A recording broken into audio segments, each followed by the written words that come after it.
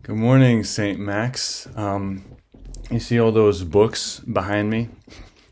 I read all those books yesterday.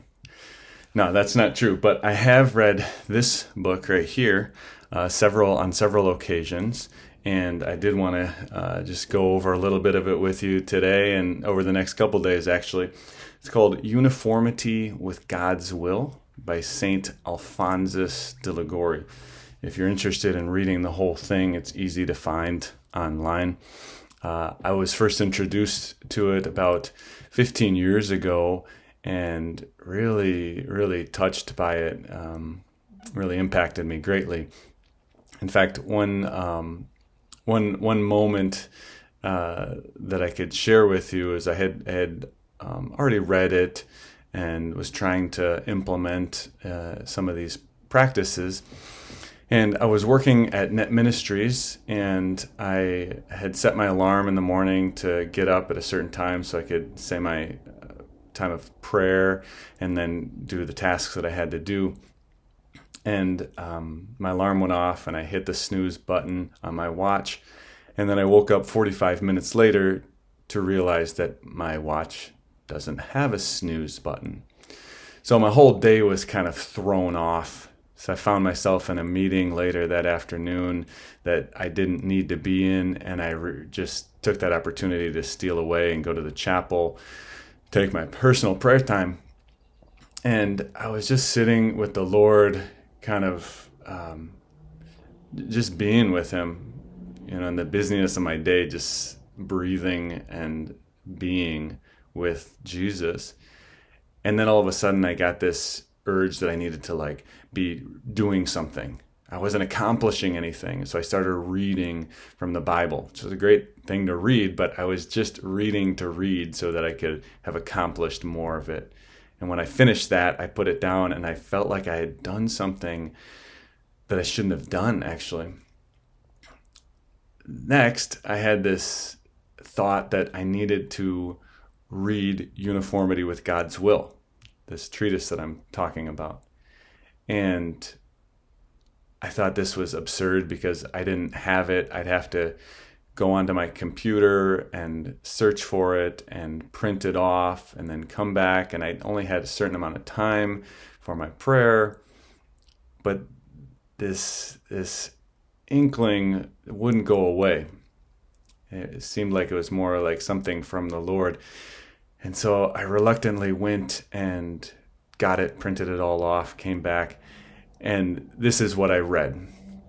It said, mortification, meditation, receiving Holy Communion, acts of fraternal charity are all certainly pleasing to God, but only when they are done in accordance with His holy will.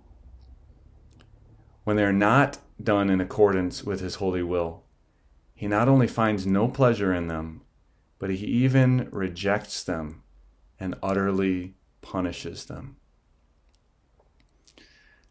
How appropriate these words are for us today in this time when we think I should be able to go to Mass, I should be able to receive Holy Communion, and the Lord, in His providence, is allowing our inability to do those things.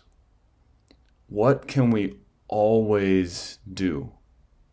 No matter where we are, no matter the circumstances of the world around us, we can always unite our will with God's will. And this is actually what He desires. This is what all the saints, not just St. Alphonsus, but all the saints talk about as the way to grow in holiness, the one spiritual practice that's necessary. And so St. Alphonsus, in this first section of his book, mentions several different saints, Blessed Henry Suso, St. Teresa of Avila, and their recommendations for us. St. Teresa says one should give themselves to prayer. One who gives themselves to prayer should concentrate solely on this, the conformity of their will with the divine will. They should be convinced that this constitutes their highest perfection. The more fully they practice this, the greater the gifts they will receive from God, and the greater the progress they will make in the interior life. We can find ourselves doing all sorts of great things, but if we're not doing God's will, we're not doing anything great at all. Alphonsus will tell story after story to illustrate this point. But in this first chapter, he lays out the difference between conformity to God's will and uniformity. Conformity signifies that we join our will with God's will. Uniformity means something more.